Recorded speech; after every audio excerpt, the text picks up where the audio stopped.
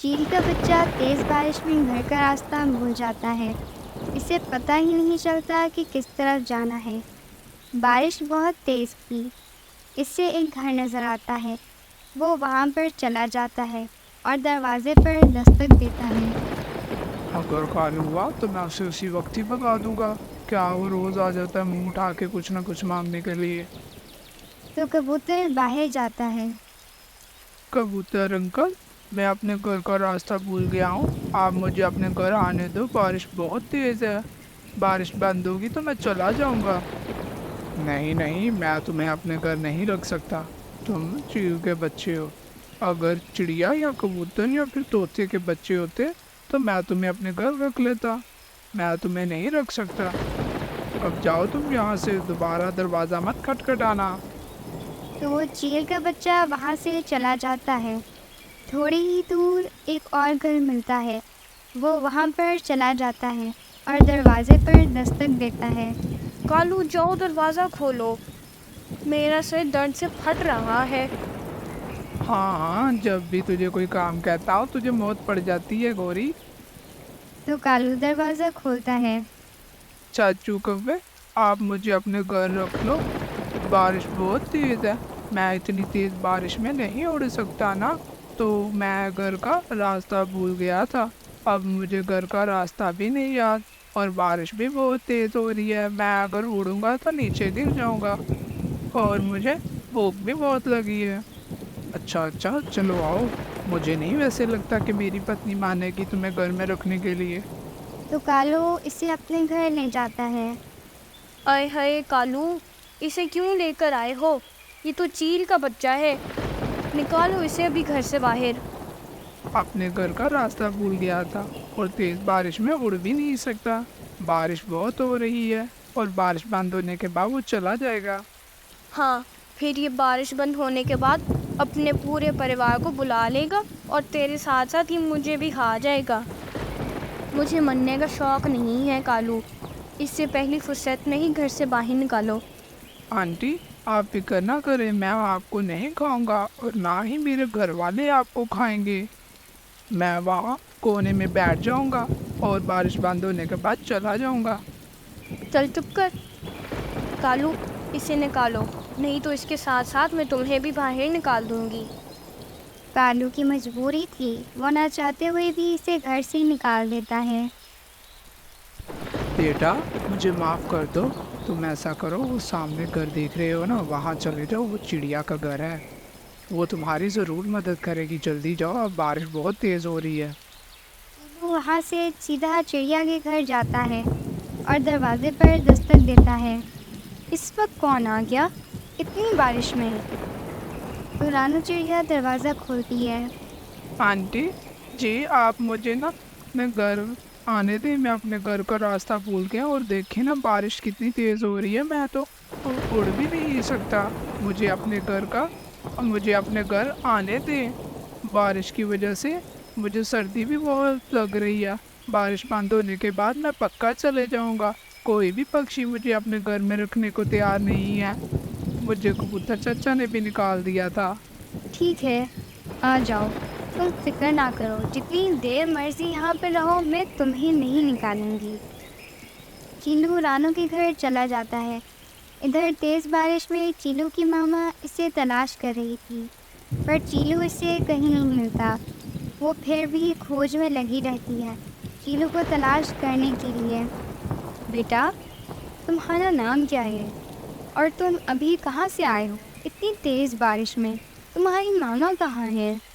Aunty जी, मेरा नाम चीलू है। मैं वैसे ही बाहर गया था घूमने के लिए और अचानक से बारिश होने लग पड़ी। तेज बारिश के कारण मुझे घर का रास्ता ही भूल गया। अगर कुछ खाने को है तो मुझे दे दे, मुझे बहुत भूख लगी है। रानू इसे गंदम की बालियाँ देती है और वो फिर इसे खा लेता है और बारिश बंद होने का इंतज़ार करता है। कुछ ही देर में बारिश बंद हो जाती है। आंटी, आप मुझे ना मेरे घर छोड़ने के लिए आ जाएं। मुझे घर का रास्ता नहीं पता। ठीक है बेटा, मैं तुम्हें तुम्हारे घर छोड़ आती हूँ। फिर रानू चीलू को छोड़ने के लिए चली जाती है। कुछ ही देर में रानू को चीलू की मामा मिल जाती है। चुलू बेटा, तुम कहाँ चले गए थे? मैंने तुम्हें बहुत ढूंढा। शुक्र है तुम वापस आ गए। मेरी तो जान ही निकल गई थी। अगर तुम ना मिलते तो मैं इस दुनिया से चल बसती थी। चील बहन, ये मेरे घर आया था बारिश में और घर का रास्ता ये भूल गया था। शुक्र है कि चलो अब इसको इसकी मामा मिल गई है। मुझे बहुत खुशी हुई। मामा, मैं रानू आंटी से पहले दूसरे पक्षियों के पास भी गया था तो उन्होंने मेरी मदद ही नहीं की। हाँ, और घर से भी निकाल दिया और कहते तुम चील के बच्चे हो। अगर किसी और के बच्चे होते तो हम तुम्हें रख लेते। अब नहीं हम तुम्हें रख सकते क्योंकि तुम चील के बच्चे हो, तुम हमें खा जाओगे। चिड़िया, मैं तुम्हारा शुक्र कैसे अदा करूं कि तुमने मेरे बच्चे का ख्याल रखा। अगर मेरे लायक कोई काम हो तो मुझे ज़रूर बताना, मुझे खुशी होगी। हाँ, एक और बात कि तुमने डरे बगैर मेरे बच्चे का ख्याल रखा। चिड़िया, हम भी मजबूर होते हैं, हमें ज़िंदा रहने के लिए शिकार करना ही पड़ता है। चील बहन, मैं खुश हूँ कि आपको आपका बच्चा मिल गया है। अब मैं चलती हूँ, मेरा बच्चा भी घर में अकेला ही है। तो रानू चिड़िया वहाँ से घर वापस आ जाती है। अगले दिन कालू और गोरी भोजन लेने के लिए बाहर जाते हैं तो एक गिद्ध इनको देख लेता है। कालू, वो देखो, सामने गिद्ध है, यहीं पर छुप जाते हैं। गौरी, तुम यहीं पर रुको, मैं आगे जाकर देखता हूँ कि वो गया है या नहीं। तो कालू इसे देखने के लिए चला जाता है। जैसे ही वो आगे जाता है, इसे देखने के लिए गिद्ध पीछे से गोरी पर हमला कर देता है। कालू, मुझे बचाओ, ये मुझे खा जाएगा। कालू चाहते हुए भी इसे बचा नहीं पाता और वो फौरन रानू से मदद मांगने के लिए जाता है। इस वक्त करीब रानू का ही घर था। रानो, रानो मेरी मदद करो, गोरी को गिद्ध पकड़ कर ले गया है। मेरी मदद करो, नहीं तो वो उसे खा जाएगा। मैं बड़ी मुश्किल से जान बचा कर आया हूँ।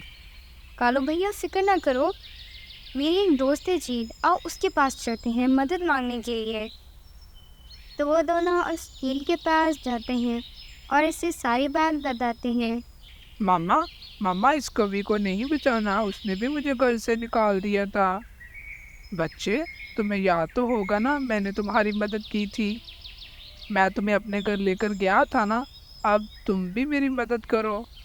चील बहन, आपने कहा था अगर कोई काम हो तो मुझे ज़रूर बताना। अब मैं आपसे मदद मांगने के लिए आई हूँ।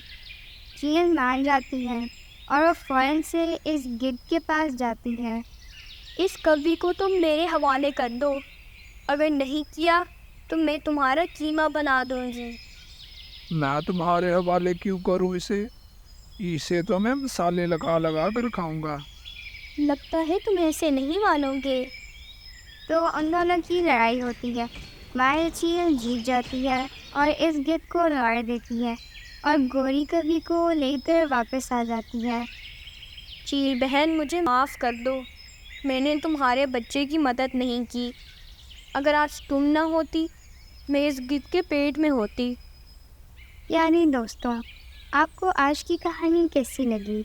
वीडियो को लाइक और चैनल को सब्सक्राइब करना मत भूलिएगा और अपने दोस्तों के साथ ज़रूर शेयर कीजिएगा।